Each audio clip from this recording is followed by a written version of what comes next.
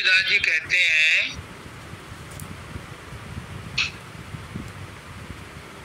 कि सत्संग के प्रभाव से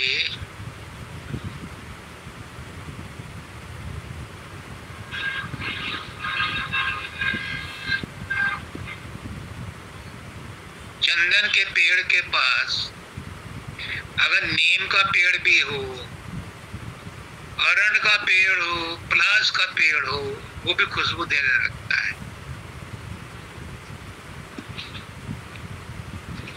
सत्संग में जो आता है उसके अंदर वही गुण आ जाते हैं जो सत्संग देने वाले के अंदर है। अभी हमारी धनश्री जी ने जो मराठी में शब्द गाया और उसका अर्थ बताया, और उन्होंने जो आखिर में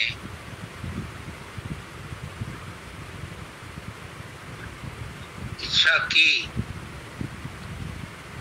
किस चीज की इच्छा की? कृष्ण भगवान कहते हैं गीता में, अर्जुन किसी चीज में आसक्ति मत रख, पर मुझ में आसक्ति रख। यानी परमात्मा से परमात्मा को ही मांग लो। तो आज धनश्री ने क्या मांगा? मुझे ऐसी दीनता दो कि मैं अभिमान रहित हो जाऊं, मैं छोटी बन जाऊं। स्वामी जी महाराज कहते हैं, बड़े बने जिन मार सही। जो बड़े बनते हैं उन पर मार पड़ती है। और नानक देव जी क्या कहते हैं? नानक देव जी कहते हैं कि नन्हा होकर रहो जैसे धूप, और पेड़ गिर जाएंगे और धूप धूप की धूप। इतने नन्हे बन के रहो, इतने विनम्र बन के रहो, इतने छोटे बन के रहो कि कोई कुछ कह दे फर्क ही ना पड़े। अगर बड़े बन के रहोगे तो बहुत मार पड़ती है। अभी उन्होंने भी बताया, और स्वामी जी महाराज भी कहते हैं कि जो बड़े बनते हैं उन पर बहुत मार पड़ती है। उन्हें अहंकार का ही वो रहता है। जब हम इंटर में थे तो हमने इंग्लिश में किताब थी ऑन सेइंग प्लीज, नहीं किताब तो थी इंग्लिश की टेक्स्ट बुक, उसमें एक चैप्टर था on saying please. Lift man ने बॉस को विश नहीं किया तो बॉस नाराज हो गया। अब वो कह रही ना कि मुझे किसी ने नमस्ते नहीं करी, और उसने ऑफिस में जाकर के हंगामा कर दिया। सारे आदमियों को, कर्मचारियों को उल्टी सीधी कह कवा करके माहौल खराब हो गया। सिर्फ एक प्लीज न कहने पर या गुड मॉर्निंग न कहने पर इतना असर उसके दिमाग में हो गया कि उसने पूरे ऑफिस को सिर पे उठा लिया। तो बड़े बनकर के ये अहंकार हो जाता है। मैं गुरु हूँ, मैं रोज कहता हूँ, हर सत्संग में कहता मैं गुरु नहीं हूँ, मैं तो गुरु के सत्संगियों की धूल हूँ, चरणों की धूल हूँ, दासों का दास हूँ। मुझसे गुरु काम करवा रहा है, ये उसका एहसान है। अगर मैं आप लोगों की सेवा कर रहा हूं तो ये मैं आपके ऊपर एहसान नहीं कर रहा, आप मेरे ऊपर एहसान कर रहे हैं, क्योंकि मेरे गुरु की जो कार्रवाई है उसमें आप मदद कर रहे हो। तो मैं तो बहुत पहले से नीचा होकर के रहता हूँ।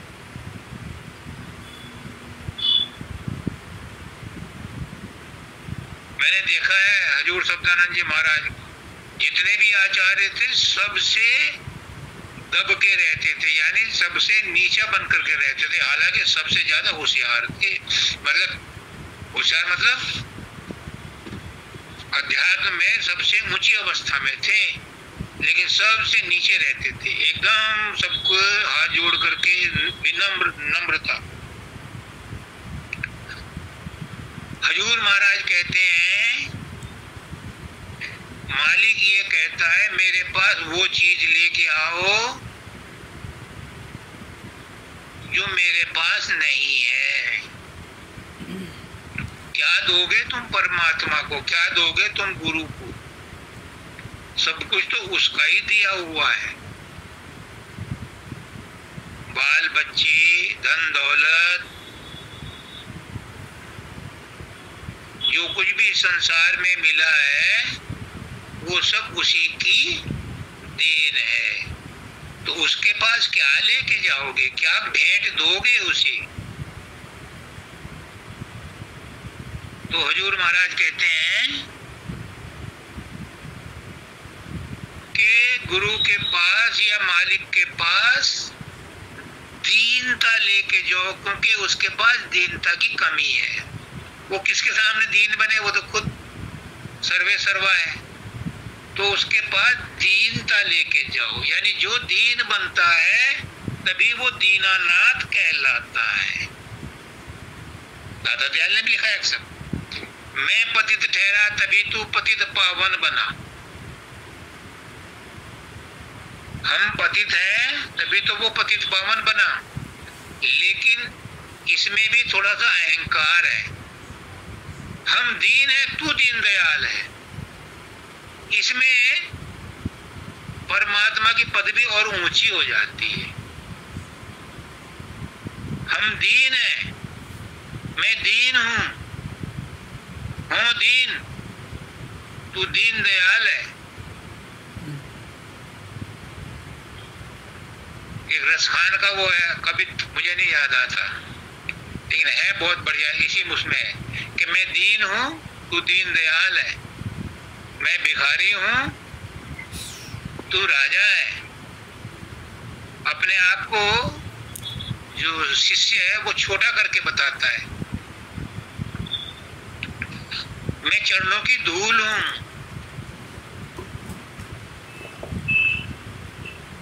तो जो अपने आप को छोटा बनाता है भगवान उसे अपने बराबर बना लेता है। क्यों?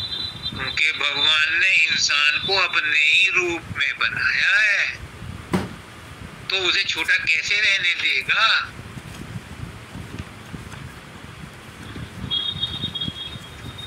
Man is an image of God, तो गॉड छोटी इमेज थोड़ा ही बनाएगा किसी को। लेकिन मनुष्य कहता है, जो शिष्य कहता है कि मैं तेरे चरणों की धूल हूं,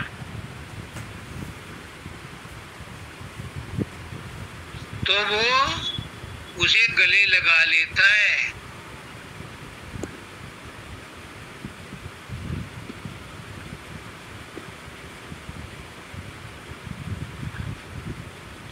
अच्छा, दूसरी बात इन्होंने कही कि जो क्या नाम था उनका गुरुजी का? तुकाराम महाराज। तुकाराम जी महाराज बहुत बड़े संत थे, बहुत बड़े संत थे, आगे पीछे फिरते थे विठल जी उनके। तो वो कहते हैं, अभी इन्होंने बताया कि टॉयलेट में भी उनका नाम जप चलता रहता था। और हमारे स्वामी महाराज क्या कहते हैं? नाम ऐसा पवित्र रसायन है कि जहां भी लिया जाए, किसी भी गंदी जगह हो, कितना भी अपवित्र स्थान हो, नाम उसको भी पवित्र कर देता है। इसीलिए तुकाराम जी महाराज टॉयलेट में भी नाम जप जारी रखते थे, क्योंकि नाम जप से हर चीज पवित्र हो जाती है। अब एक छोटी सी बात, कबीर साहब ने देखा एक पंडित जी लघु शंका के लिए बैठ गए। जब वो उठे तो उन्होंने कान पर जनेऊ लपेट लिया। कबीरदास ने कहा, सेठ जी राम राम। अब उस पर उन्होंने हाथ मुंह धोया, फिर उन्होंने कहा, पंडित जी राम राम। पंडित जी ने जवाब दिया, राम राम भाई। कबीर साहब बोले, पंडित जी एक बात बताओ, अभी आपने हाथ मुंह धोया पानी से, तो आपने राम नाम का जवाब दिया। उससे पहले आप अपने आप को अपवित्र समझ रहे थे। तो क्या नाम बड़ा है कि पानी बड़ा है? पानी पवित्र करता है शरीर को, वाणी को, या नाम पवित्र करता है वाणी को? अब पंडित जी लाजवाब हो गए, कोई जवाब ही ना दे सके। पंडित जी ने हार स्वीकार कर ली कि हाँ, कबीर तो ठीक कहता है, नाम, राम नाम सब चीजों को पवित्र करता है। कोई सी भी अपवित्रता हो, नाम उसे पवित्र कर देता है। ये मेरा भ्रम था कि मैंने कान पे जनेऊ लपेट रखा है तो मैं अपवित्र हूं, और नाम भी अपवित्र हो जाएगा। नाम अपवित्र हो ही नहीं सकता। इसीलिए तुकाराम जी महाराज टॉयलेट में भी जप करते रहते थे, क्योंकि टॉयलेट भी पवित्र हो जाता है। दूसरे, हजूर पुष्करनाथ जी महाराज कहते थे कि जब सत्संग, वो क्या नाम, शब्दानंद जी महाराज टॉयलेट जाते हैं तो वहां घंटा घंटा पर बैठ जाते हैं। आधा घंटा लग जाता है, 40 मिनट लग जाते हैं। सब अफसोस करते हैं कि ये इतना टाइम क्यों लगाते हैं। वो कहते हैं उनकी समाधि लग जाती है वहां, वो हर समय नाम जब चलता रहता है उनका, वहां भी समाधि लग जाती है, तो मजबूर है वो। तो इन्होंने बहुत बढ़िया बात कही कि नाम जो है कहीं भी बैठ के लिया जाए। आप ये मत सोचो कि टॉयलेट में आप नाम लोगे तो अपवित्र हो जाएगा, नहीं, तुम्हारी वो क्रिया भी पवित्र हो जाएगी। देखो, जब प्रहलाद के मम्मी पापा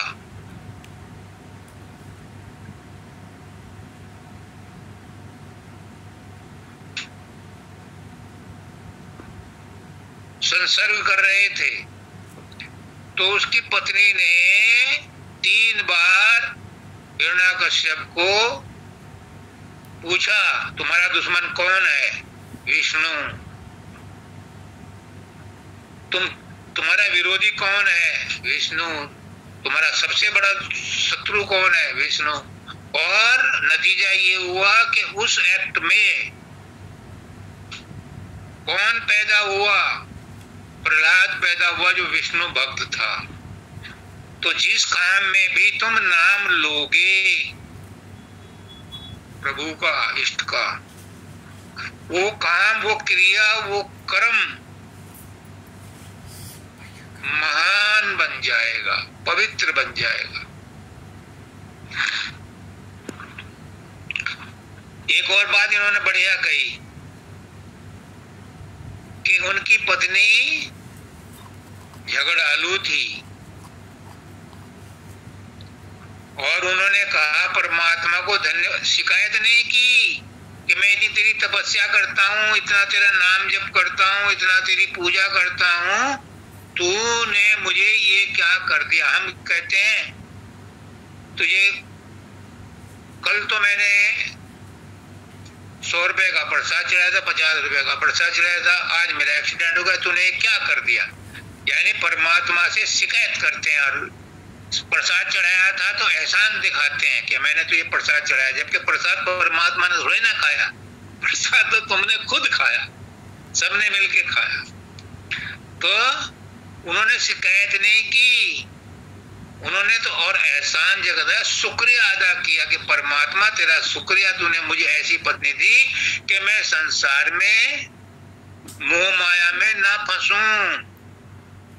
और सेम चीज सोक्रेट के साथ होती थी। सुकरात, सोक्रेट, उसकी पत्नी भी बहुत झगड़ालू थी, बहुत गुस्से वाली थी। और जब कोई सत्संगी आता था तो उस समय तो वो विराट रूप, चंडी का रूप बना लेती थी और बहुत इंसल्ट करती थी आने वालों की भी और सोक्रेट की भी।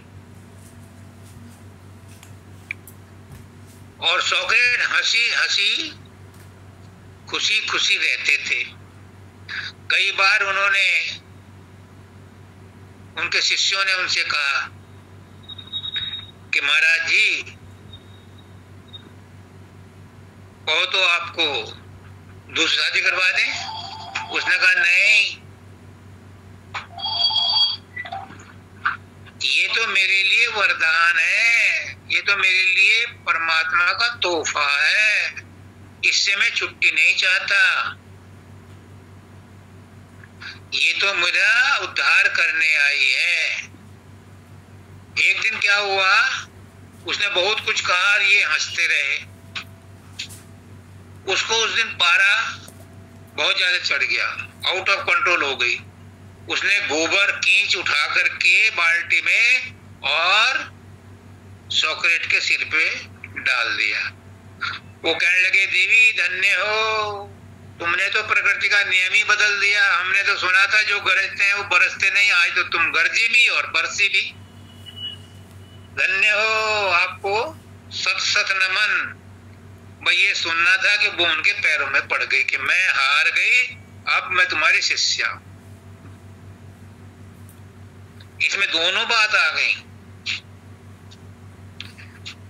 कि जो परमात्मा ने दिया है, जो प्राप्त है वो पर्याप्त है, उसके लिए धन्यवाद दो।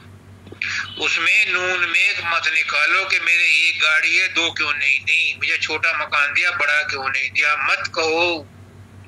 क्योंकि आपकी काबिलियत, आपके अधिकार और आपके प्रारब्ध के हिसाब से जो मिलना था वो उसने उचित रूप में दिया है, उसका धन्यवाद दो। अगर नुकसान भी हो जाए तो भी धन्यवाद दो, कितने बहुत बड़ा नुकसान बचा दिया, थोड़े में ही काम हो गया। जब हम उसके प्रति इतने दीन हो जाएंगे तो वो फिर हमें अपना लेगा। हम भक्तन के भक्त हमारे, कब होता है वो? जब वो दीन बनता है, जब भक्त दीन बनता है तो भगवान उसका गुलाम हो जाता है। पुष्करनाथ जी कहते थे तुम गुरु की बात मान लो, गुरु से प्रेम कर लो और गुरु तुम्हारा गुलाम हो जाएगा। और ये सत्य है। कृष्ण भगवान जब बालक थे गोकुल में, गोपियां कहती थी लल्ला नाच, हम तुझे छाछ देंगी। और वो नाचते थे, चचिया भर छाछ पे नाच नचावे। क्या उनके यहाँ छाछ की कमी थी? उनके यहाँ तो गोधन बहुत था, लेकिन वो प्रेम में नाचते थे। तो गुरु से प्रेम करो, जैसे जयश्री लटके झटके में इसमें मदहोश है। फिर गुरु उससे दूर नहीं, परमात्मा उससे दूर नहीं। गुरु तो परमात्मा का रूप है, शरीर नहीं है गुरु का ना। शरीर तो सबका है, एक सा ही है, यही छोड़ जाएगा। लेकिन शरीर के अंदर इस मन के अंदर, इस आत्मा के अंदर, इस सूरत के अंदर, इस खोपड़ी के अंदर जो शब्द हो रहा है वो गुरु है, वो परमात्मा का रूप है, वो परमात्मा ही है। तो वो तुम्हें अपने अंदर समा लेगा। कैसे? प्रैक्टिकल।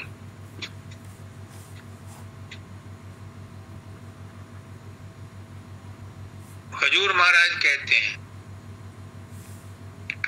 जब सूरत शब्द को सुनती सुनती, परमदयाल जी भी कहते हैं कि जब मैं उस चीज को देखता हूं जो शब्द को सुनती है,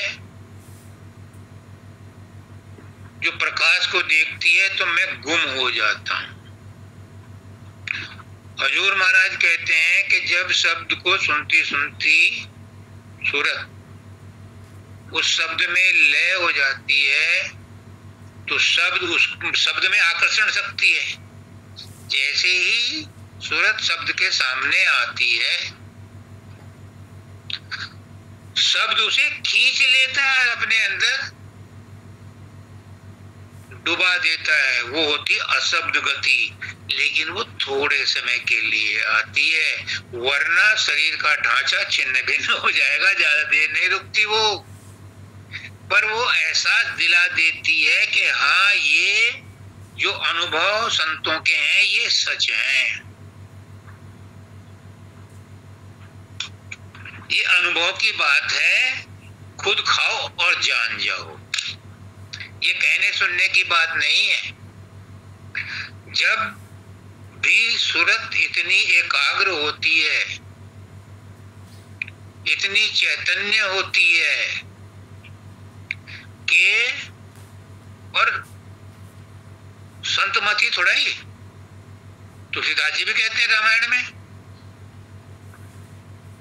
सन्मुख होय जीव जब मोहि, सन्मुख होय जीव मोहि जबहि, कोटि जन्म अग नासई तबहि। मेरे सम्मुख जीव आ तो जाए, जैसे ही वो आएगा उसके करोड़ों जन्मों के पाप नष्ट हो जाएंगे। कंस के हुए, हिरण्याकश्यप के हुए, रावण के हुए, उसके सम्मुख आओ तो सबके पाप नष्ट कर देता है। ऐसे ही स्वामी जी महाराज कहते हैं संत मत में कि जैसे ही हमारी सूरत जो लिपटी हुई है संसार में, अंदर में जो शब्द हो रहा है उसमें उसके सामने आती है, तो वो एकदम उसे अपनी ओर खींच लेता है, और उस समय गुम अवस्था आती है, थोड़ी देर के लिए झटका देती है बस। तो हजूर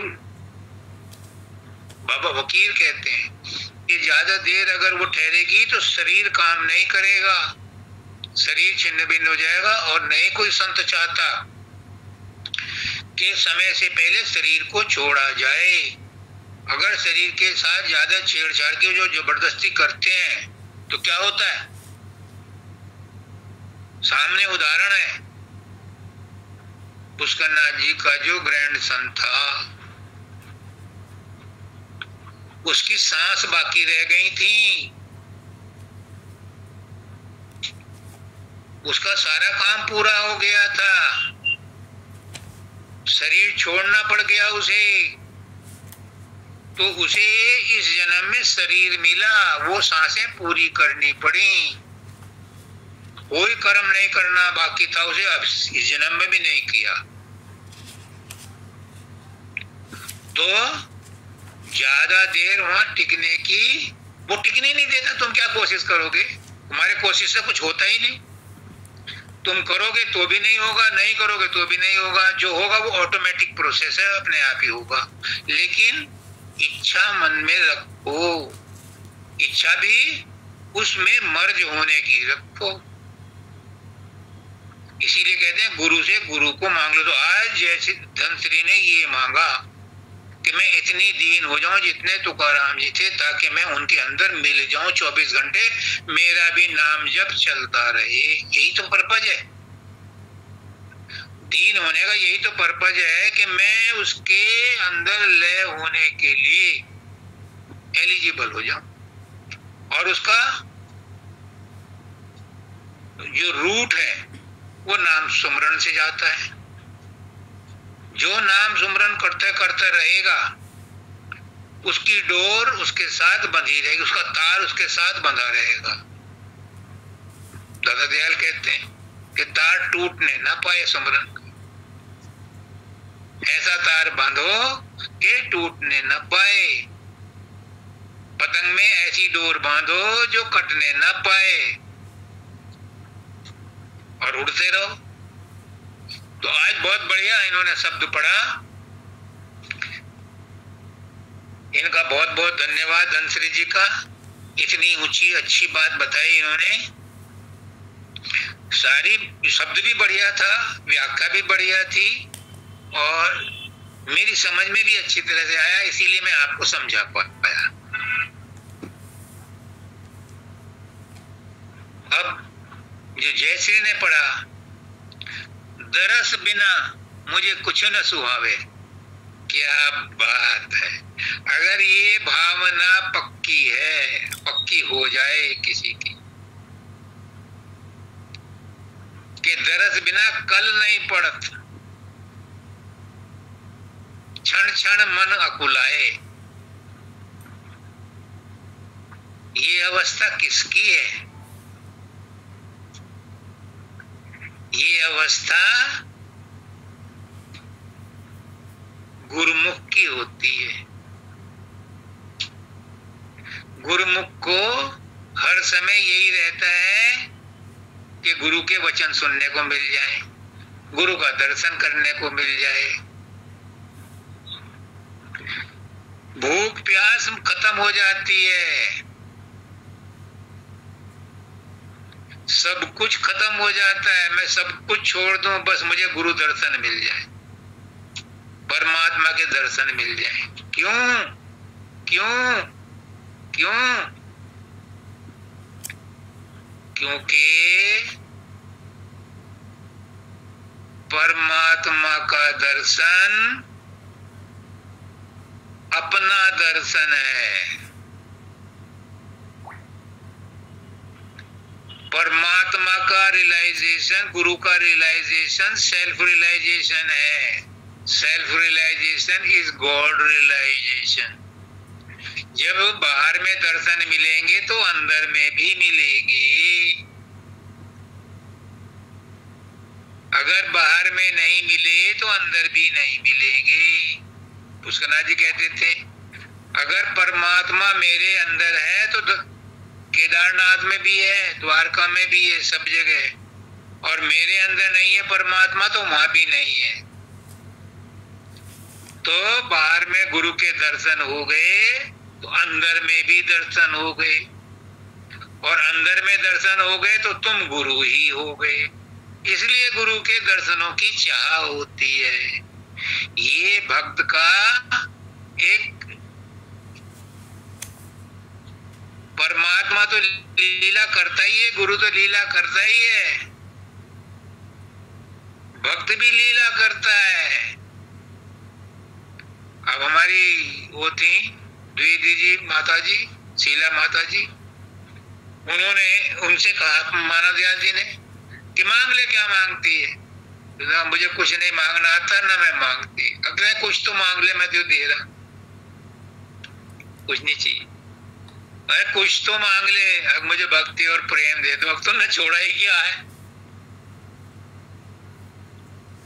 इसमें तो सब कुछ बंद गया, मैं गुलाम हो गया। तो गुरु के दर्शन जिसने मांग लिए उसने गुरु को ही मांग लिया। जिसने दीनता मांग ली, उसने, जिसने गुरु का नाम मांग लिया, उसने गुरु को ही मांग लिया। फिर गुरु भी बच के नहीं जा सकता। वो कहेगा कि अब मैं तेरा गुलाम, तूने मुझे मांगा, अब मैं तेरी नौकरी करूं। जब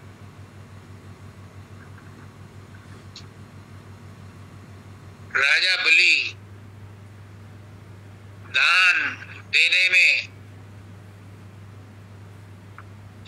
प्रसिद्ध था, तब उसने एक यज्ञ किया।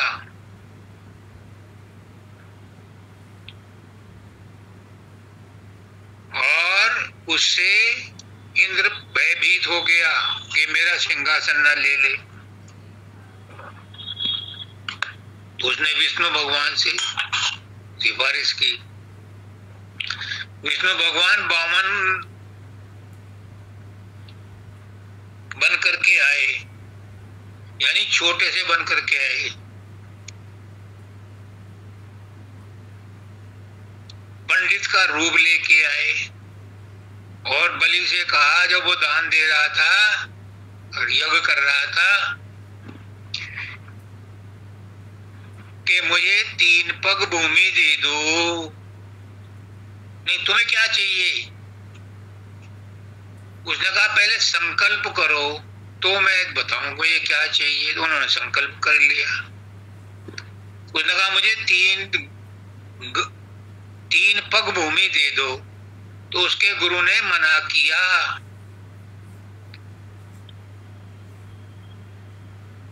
बलि के गुरु ने मना किया कि ये विष्णु है, ठग रहे हैं तुझे, इनकी बात को पूरा मत करना। लेकिन बलि ने कहा कि मैं तो पूरा करूंगा, अगर ये विष्णु भी हैं तो भी मुझे क्या फर्क पड़ता है। और उन्होंने 3 पग भूमि में, एक में आकाश नाप लिया, एक में पृथ्वी लोक नाप लिया। उन्होंने कहा तीसरा पग कहाँ रखूं? अब मेरे माथे पर रखो। और माथे पर रखते ही उसे पाताल भेज दिया।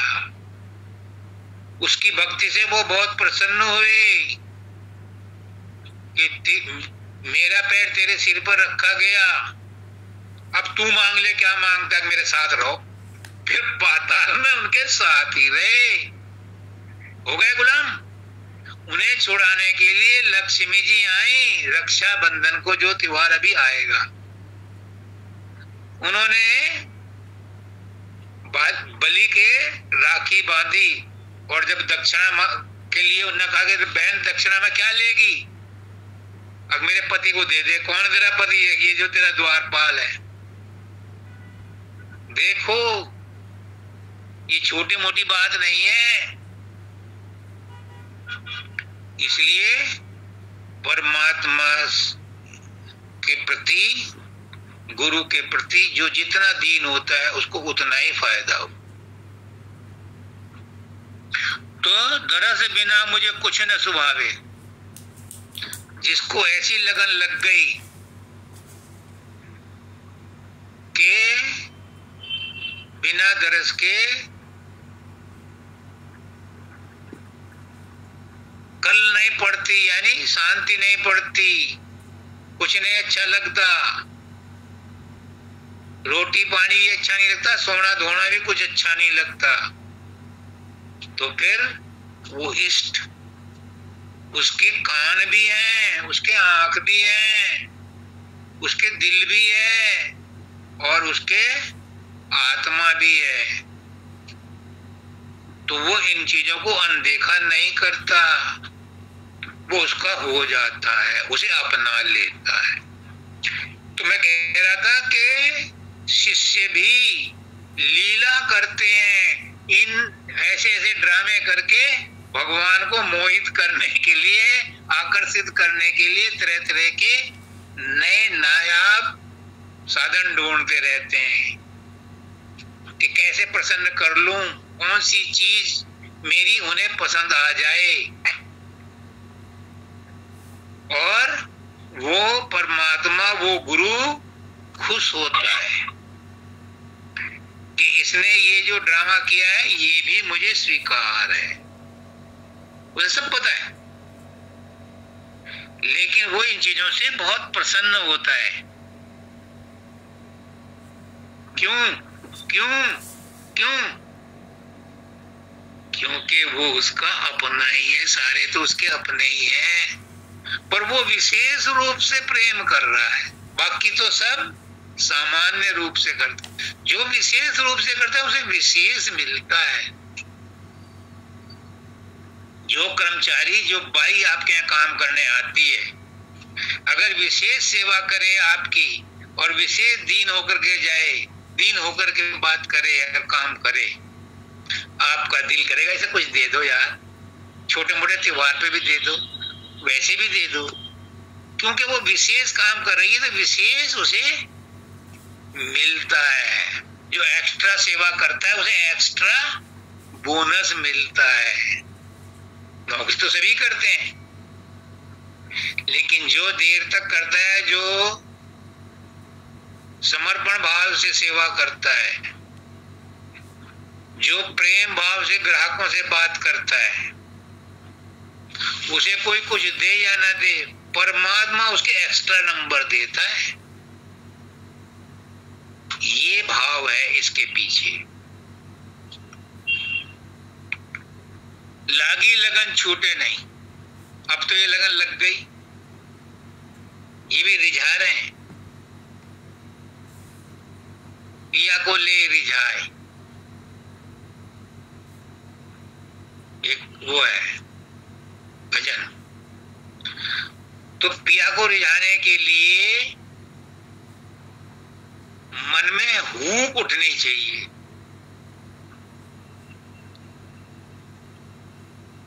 तड़प होनी चाहिए।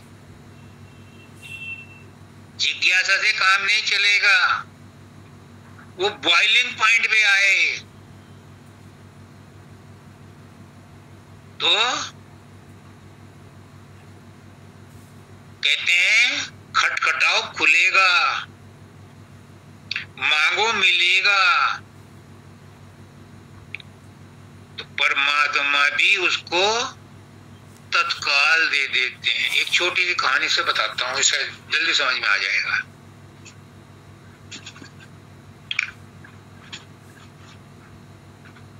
नारद जी अपना भ्रमण कर रहे थे मृत्यु लोक में, तो एक ऋषि के पास गए। तो उस ऋषि ने कहा कि जब अब की बार आओगे तो पूछ के आना मेरा नंबर कब तक आएगा।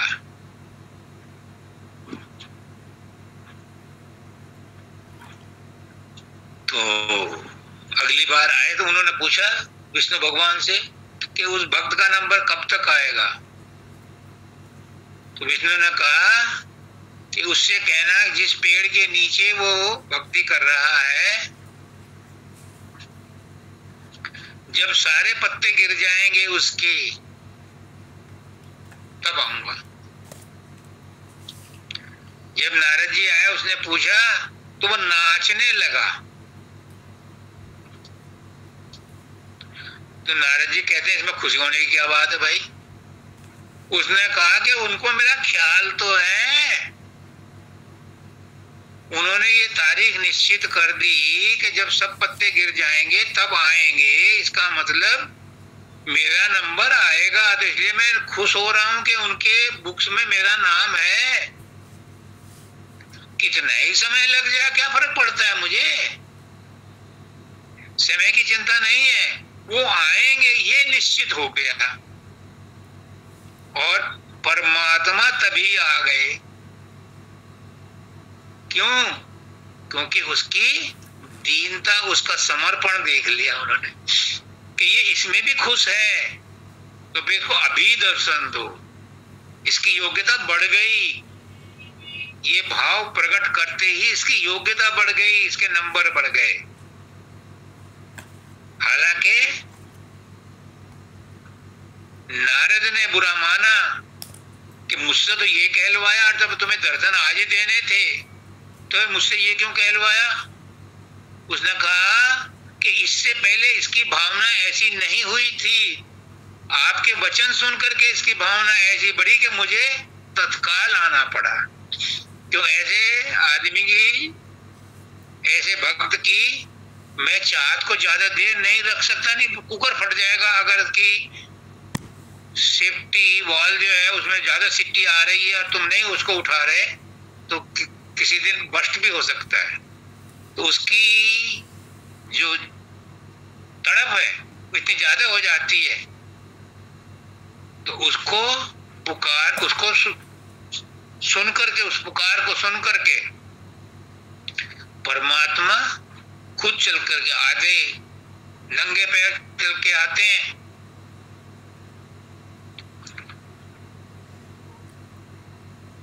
एक बात इन्होंने कहा कि मुझे पता है,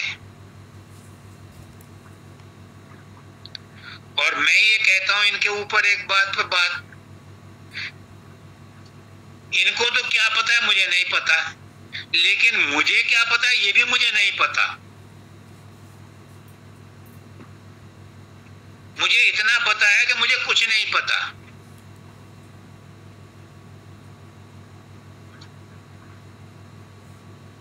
अगर परमात्मा को पाना है तो धनश्री की बात कि मुझे इतना छोटा बना दे कि मुझे यही नहीं पता चले कि मैं कौन हूं, मैं क्या हूं, मुझे कुछ पुष्करनाथ जी को फिर मैं लाऊंगा बीच में। वो कहते हैं कि जब गुरु के पास जाओ तो 2 महीने का बच्चा बन के जाओ, उसे कुछ पता नहीं होता। तो मैं हमेशा यही कहता हूँ, मैं ये जानता हूँ कि मैं कुछ नहीं जानता, तो मैं 2 महीने का बच्चा बन के जाता हूँ अपने भाव से। और चाहे भाव से जाओ या कुभाव से जाओ, परमात्मा तो दोनों ही रूप में मिलते हैं, क्योंकि भाव भी उसका और कुभाव भी उसका, स्वभाव भी उसका। ये सब चीजें तो शब्द विलास है, अंतर में तो तार उससे बंधा है और वो तार हर समय झंकृत हो रहा है, झंकृत। कहते हैं मानव दयाल जी कई बार कहते थे, साज भी क्या साज है, बज रहा है रात दिन फिर भी नहीं आवाज है। तो वो आवाज, वो साज अंदर में बज रहा है विदाउट एनी म्यूजिकल इंस्ट्रूमेंट, और सबके अंदर बज रहा है। विज्ञान नहीं मानता, लेकिन डॉक्टर्स मानते हैं कि हाँ ये साउंड जो है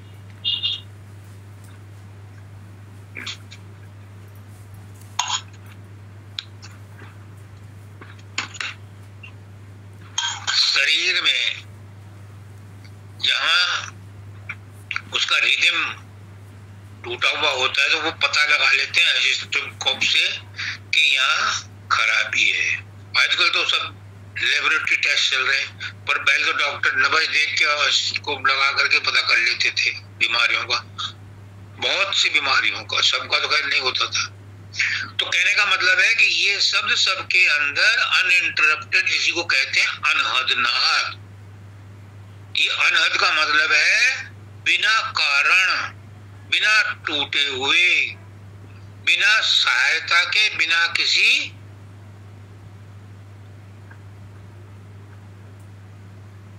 इंस्ट्रूमेंट के इस बज रहा है, और इसका बाहर में कोई नमूना नहीं है। जो 5 शब्द हैं यहां से यहां तक, उनके नमूने तो बताए हैं, लेकिन जो धुन, जिसको कहते हैं धुनात्मक नाम,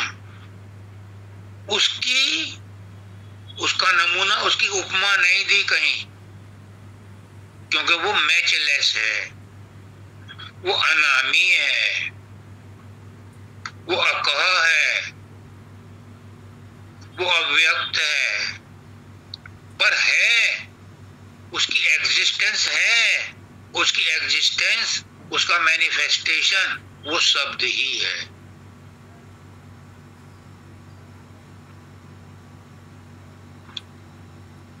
अब माताजी ने कहा, जब छोड़ चलूं इस दुनिया को, होठों पर तेरा नाम रहे। मैंने बैंक में काम किया है और आप लोगों का भी काम पड़ता होगा बैंक से। कुछ व्यापारी होंगे, उनका भी लेन देन चलता है। तो मैं कहने का मतलब ये है कि दिन भर में कितने पैसे आते हैं, कितने जाते हैं, कितना उधार लेते हैं, कितना नकद बेचते हैं, कितना उधार बेचते हैं, कितनी खरीदारी करते हैं, कितनी बिक्री होती है।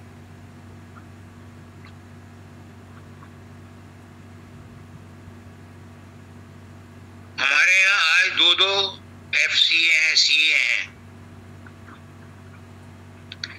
ये ज्यादा बेटर समझ सकते हैं कि फाइनेंशियल ईयर में कितना लेन देन हुआ, कितनी टर्नओवर हुई।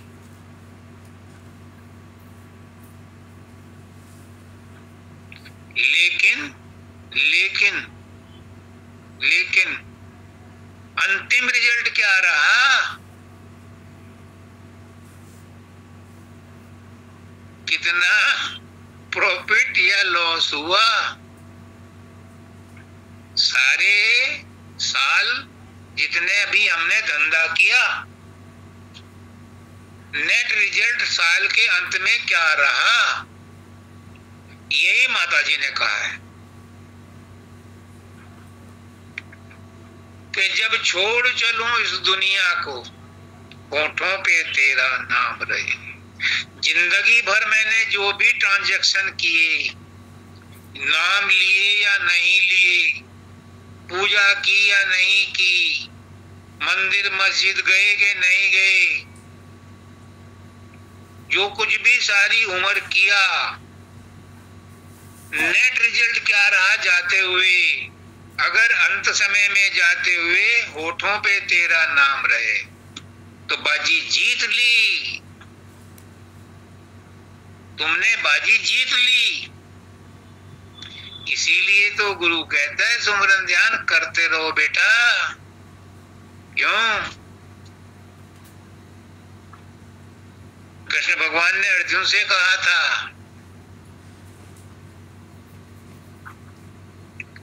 कि जो अंत समय में मेरा नाम लेगा वो मेरे धाम को आ जाएगा वापस न जाने के लिए। अर्जुन ने कहा इसमें कौन सी बड़ी बात है, मैं अंत समय में नाम ले लूंगा। उसने कहा नहीं अर्जुन, बुलावे में मत रहना, अंत समय में वही याद आएगा जो तुमने सारी जिंदगी किया है।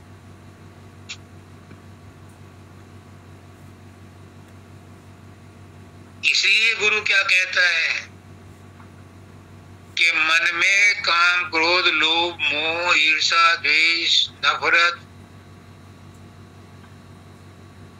इन चीजों से अपने आप को सफाई करते चलो धीरे धीरे। मन के विकार, विचार सब धोते चलो, निर्मल करते चलो, कुछ बाकी ना रहे।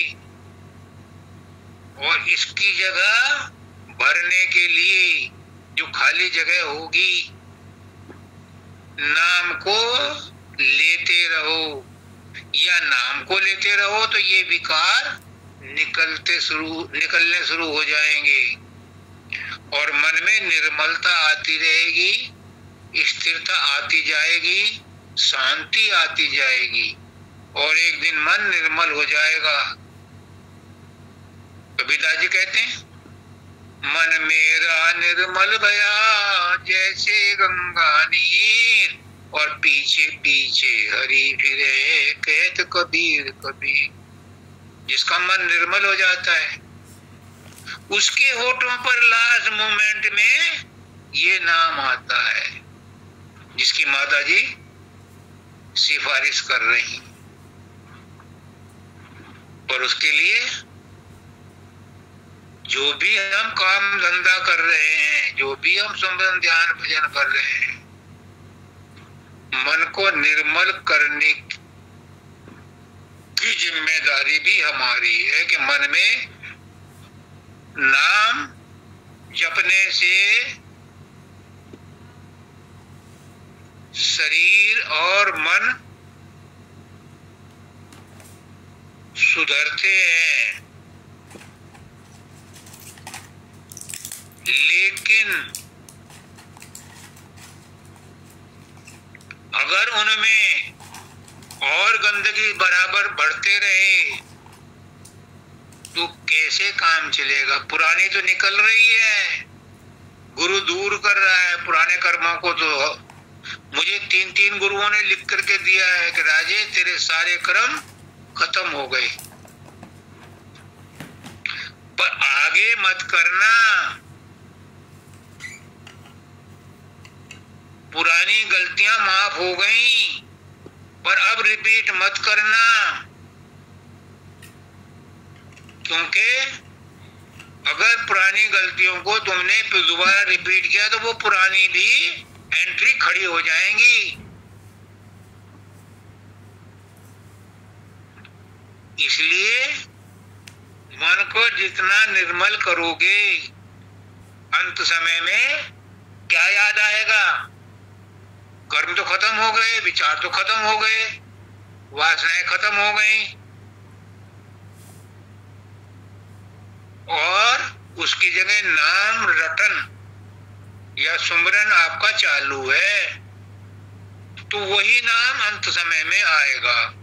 और एक सिद्धांत है प्रकृति का, संत मत उसको मानता है, क्या? अंत मतासो गता, यानी जो चीज आपके दिल और दिमाग में अंत समय में, लास्ट समय जब सांस शरीर छोड़ता है लास्ट, उस समय जो भी मन में ख्याल आएगा, जो भी आपके, अभी माता जी ने कहा कि शब्दानंद जी कहते थे कि ये हजूर महाराज ने कहा था, तो उन्हीं के सत्संगों से उन्होंने, शब्दानंद जी ने भी कहा था, मानव दयाल जी भी कहते थे, परम दयाल जी भी कहते थे, क्या कि अंतिम समय में एक रील चलती है, जो सारी जिंदगी में हमने किया है वो 1, 1.5, 2 सेकंड में ही सारा कुछ उस रील में हमें दिखा दिया जाता है, वीडियो दिखा दी जाती है, और लास्ट में नेक्स्ट जन्म का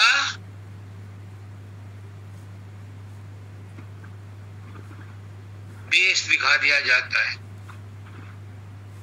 कि अगला जन्म क्या होगा। अब तक तो तुमने ये किया, और कंक्लूजन जो है उसका लास्ट पेज पर होता है। तो यहाँ माता जी भी कह रही हैं और सारे संत कहते हैं कि अगर अंत समय में गुरु का नाम याद आ गया, मालिक का नाम याद आ गया, भगवान का नाम याद आ गया, तो अंत मता सुखता, फिर जन्म नहीं होगा। फिर पुष्करनाथ जी कहते हैं कि तुम इस जीवन में जो भी फेस कर रहे हो, ये तो पुरानी स्क्रिप्ट है, ये तो प्रारब्ध कर्मों के लेके झोंके हैं जो आपको परिस्थिति के रूप में सामने आ रहे हैं। ये तो प्रारब्ध कर्मों के खेल हैं जिनके लिए ये शरीर बना करके और परिस्थितियां बना करके तुम्हारे सामने प्रेजेंट की जा रही हैं। तुम ऐसी स्क्रिप्ट लिखो इस जन्म में कि अंतिम पेज पर सुखांतक नोट लिखा हो, दुखांतक ना हो। तुम लिख सकते हो क्योंकि परमात्मा ने तुम्हें लिमिटेड स्वतंत्रता दे रखी है। ये सिर्फ मनुष्य को ही मिली है, विवेक मिला है मनुष्य को, और एक लिमिटेड स्वतंत्रता मिली है कि ये भोग योनि के साथ साथ कर्म योनि भी है। इसमें तुम नया काम भी कर सकते हो। और नया काम क्या है? लिमिटेड। तुम एंटायर प्रोसेस नहीं चेंज कर सकते।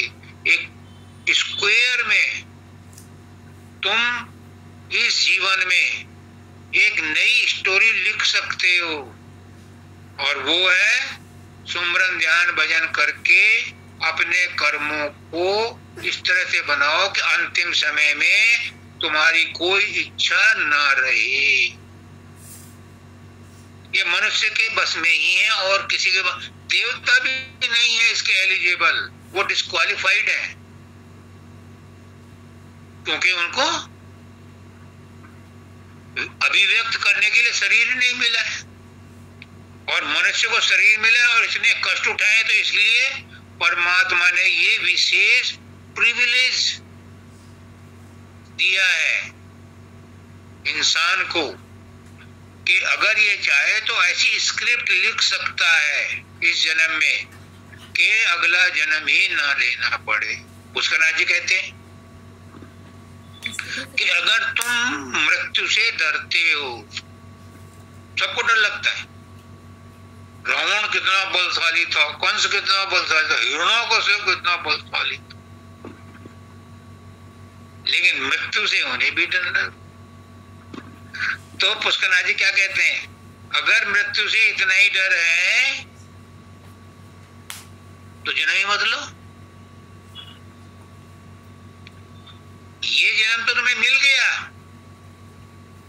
और मृत्यु भी होनी है इसकी, but death is not the full stop. तुम ये मत समझना कि मृत्यु हो गई तो खत्म हो गए ना, ये तो कंटिन्यूअस प्रोसेस है। Death is not the end of the journey. Journey तो अभी शुरू हुई है, एक ही तो मृत्यु हुई है। ऐसी तो 84 लाख योनियों में मृत्यु झेल के आए हो, आगे भी ऐसी मिलेंगी। तो पुष्कर जी क्या कहते हैं? तुम फुल स्टॉप लगाने के लिए एलिजिबल हो, तुम फुल स्टॉप लगा सकते हो। अगर मृत्यु से डर है तो जन्म ही मत लो, यानी इस जन्म में ऐसी स्क्रिप्ट लिखो, ऐसा काम करो, ऐसा सुमरन ध्यान, ऐसा माहौल बनाओ, अगला जन्म ही ना लेना पड़े, तो मृत्यु भी नहीं होगी। लग गया full stop? Otherwise death is not the end of journey. Journey तो अभी तो पार्टी शुरू हुई है। ये एक मृत्यु तुम्हारी जर्नी को एंड नहीं करती। अगर इसे एंड करना चाहते हो कर सकते हो। गुरु के मार्गदर्शन में ऐसी स्क्रिप्ट लिखो कि अगले जो लास्ट का पन्ना है उस पे कुछ भी लिखना बाकी न रहे, कोई कर्म, कोई इच्छा, कोई वासना बाकी ही ना रहे। न लेना न देना, मगन रहना।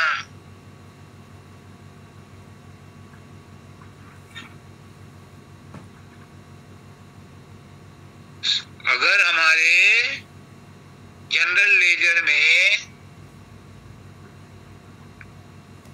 डेटर्स और क्रेडिटर्स,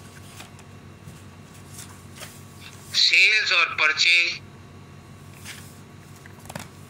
सब इक्वल हो जाएं, उनमें कोई डिफरेंस ही ना रहे, सबके अकाउंट में ना डेबिट बैलेंस रहे ना क्रेडिट बैलेंस रहे, सब नील हो जाए, तो क्या होगा? Big zero. उस बिग जीरो में क्या होगा?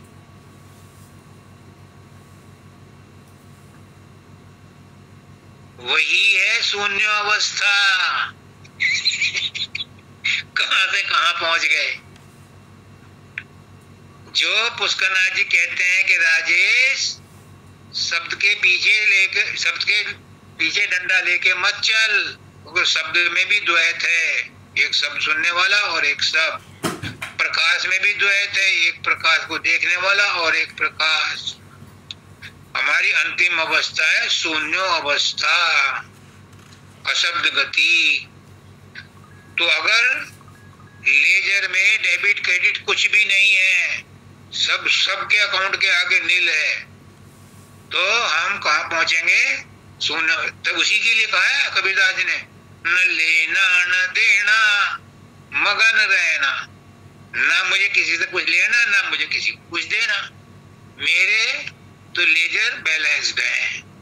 यानी संसार से ना कुछ लेना है ना देना है, ना किसी में आसक्ति है, ना मुझे लेना है ना मुझे देना है। तो फिर मैं कहाँ जाऊंगा? मैं वहीं जाऊंगा जहां से आया था। जब मेरे ऊपर कोई वजन नहीं रहा, इच्छाओं का, वासनाओं का, तृष्णाओं का, लेन देना कुछ वजन नहीं है, तो फिर ग्रेविटेशनल फोर्स क्या कहती है? समझो, विज्ञान है, आज को साबित करना बहुत आसान है।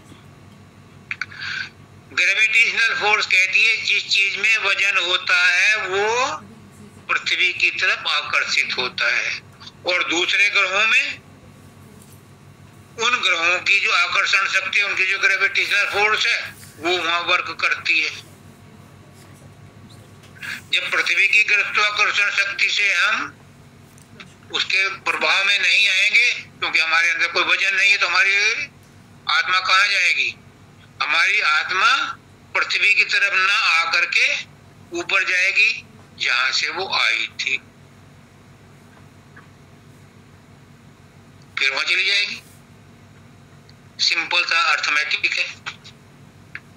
यहाँ क्यों रहती है? क्योंकि उस पर इच्छाओं, आशाओं, वासनाओं, तृष्णाओं, संबंधों का, पति पत्नी का, बाल बच्चों का, लेन देन का एक दूसरे से,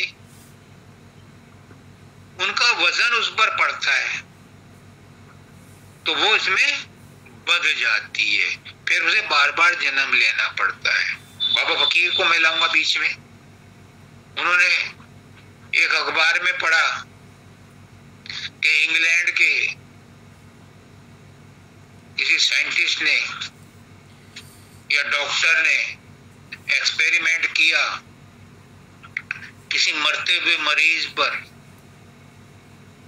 उसने देखा, बड़ी सेंसिटिव स्केल थी, तराजू थी, कि मरने से पहले उसका जो वजन था और जब वो मर गया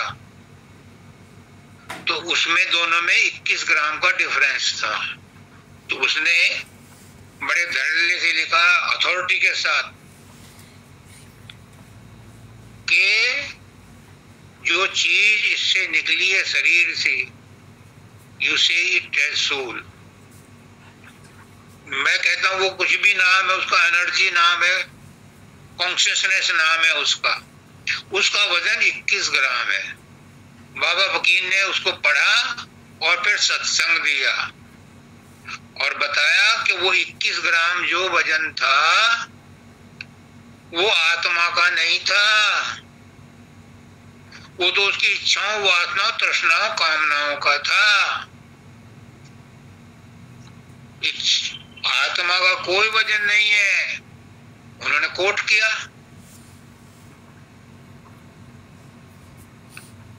है वो मृत्युंजय का जाप का वो है ना श्लोक, ओम यजामहे त्र्यंबकम यजामहे सुगंधिम पुष्टिवर्धनम, ओम त्र्यंबकम यजामहे सुगंधिम पुष्टिवर्धनम उर्वारुक्मि। हाँ, तो वो कहते हैं सुगंधिम पुष्टिवर्धनम, वो सुगंध की तरह से है। बस कबीरदास जी कहते हैं कि आत्मा जो है फूल की सुगंध की तरह से है, उसका उतना ही वजन है और वजन नहीं है। अब सुगंध में वजन नहीं होता, बस है एग्जिस्टेंस है। ऐसे ही हमारी आत्मा का वजन नहीं है। आत्मा बार बार जन्म क्यों लेती है? क्योंकि उस पर हमारे कर्मों का, इच्छाओं का, वासनाओं का वजन है। और वो 21 ग्राम नहीं होगा, किसी का 50 ग्राम भी होगा, किसी का 10 ग्राम भी होगा। ये डिपेंड करता है हर एक के अपने वेलोसिटी पर कि उसके अंदर क्या भरा है। तो मेरा कहने का मतलब ये है कि अगर हम इस संसार में दोबारा नहीं आना चाहते तो ये ऑप्शन हमारे पास है, हमें इसे यूज करना है। कैसे? वो गुरु बताता है कि तुम ऐसे कर्म करो, ऐसी स्क्रिप्ट लिखो कि लास्ट में बैलेंस न लेना न देना, 0 हो जाए। और संत इस अवस्था में रहते हैं।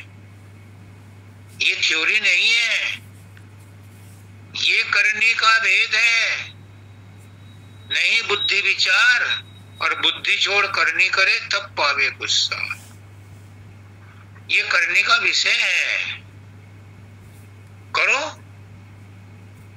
और जब तक न देखो अपने नैना, कभी न मानो गुरु के बहना। जब तक तुम स्वयं अनुभव ना कर लो मत मानो, लेकिन अनुभव करो तो तब कहना कि बात सही थी कि नहीं। जब अपने आप अनुभव कर लोगे तब आपको यकीन आ जाएगा कि हाँ, गुरु ने जो कहा था वो सच है, ऐसा होता है। झंकार आती है, अंदर में प्रकाश आता है, अंदर में मन शांत भी होता है। अगर मन शांत ना होता तो नींद भी ना आती। इसका मतलब मन शांत होने की स्थिति में तो रहता है, पर वो अनकॉन्शियसली शांत होता है। जागृत में मन के साथ तुम हर समय रहते हो, स्वप्न में शरीर सो जाता है लेकिन मन फिर भी जागता है, सुषुप्ति में मन भी सो जाता है, आत्मा जागती है। इसका मतलब मन को शांत होने का पता है, मन की शांत अवस्था है, और उसको तुम जागृत अवस्था में अगर शांत कर लो तो पुष्करनाथ जी कहते हैं पहली और तीसरी को मिला दो तो चौथी अवस्था मिल जाएगी। पहली है जागृत और तीसरी है सुषुप्ति। जागृत अवस्था में सुषुप्ति अवस्था ले आओ जैसे गुरु बताता है उस ढंग से, तो आपको चौथी अवस्था मिल जाएगी। चौथी अवस्था का मतलब है न लेना न देना, मगन रहना। फिर उसमें उस परमात्मा में तुम्हारी स्थिति हो जाएगी। चौथी अवस्था जो है वो परमात्मा में लय होने की स्थिति को कहते हैं चौथी अवस्था, वो तुम्हें प्राप्त हो जाएगी।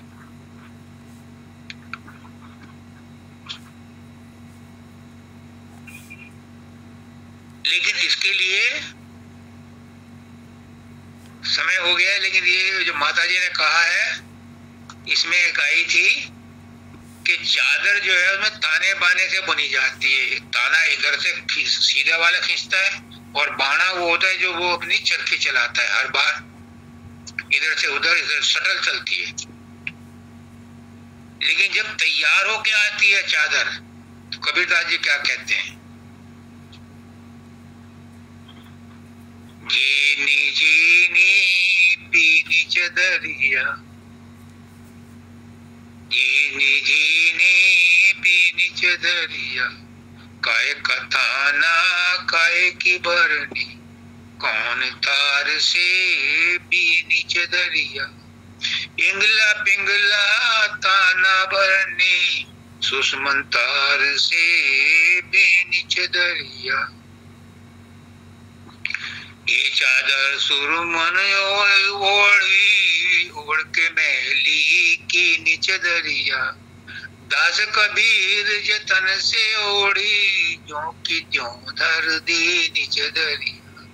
इस चादर को वहीं आगे लौट करके जहां से शुरू हुए थे हम, कि ना लेना ना देना, इस चादर को ऐसे ओढ़ो कि इसमें कोई दाग ना लगे, ज्यों की त्यों धर दी निज दरिया। जब ज्यों की त्यों वापस कर दोगे, इस संसार की, इस ब्रह्मांड की कोई चीज तुम्हारे साथ नहीं जाएगी, चादर पर कोई दाग नहीं होगा, तो तुम कहाँ जाओगे? तुम वहीं जाओगे जहां से आए थे, सतलोक में पहुंचोगे। फिर कोई भी तुम्हारा रास्ता नहीं रोकेगा। मालिक सबका कल्याण करें, गुरुदेव सबका कल्याण करें, सबको वो अवस्था मिल जाए, ये मेरी प्रार्थना है, ये मेरा प्रयास है। बाकी इसके लिए तुम्हें आशीर्वाद तो मिलेगा गुरु पूर्णिमा पर, और उसके बीच में कोई सत्संग। फिर भी मैं इतना भावुक हो गया कि ये बात कहनी पड़ गई, क्योंकि आज का सत्संग बहुत ही मार्मिक था। हालांकि थोड़ा इंटरप्शन आया बिजली की वजह से, लेकिन उसमें भी कोई दाग नहीं था, वो धुल गया वैसे ही। सबको राधा।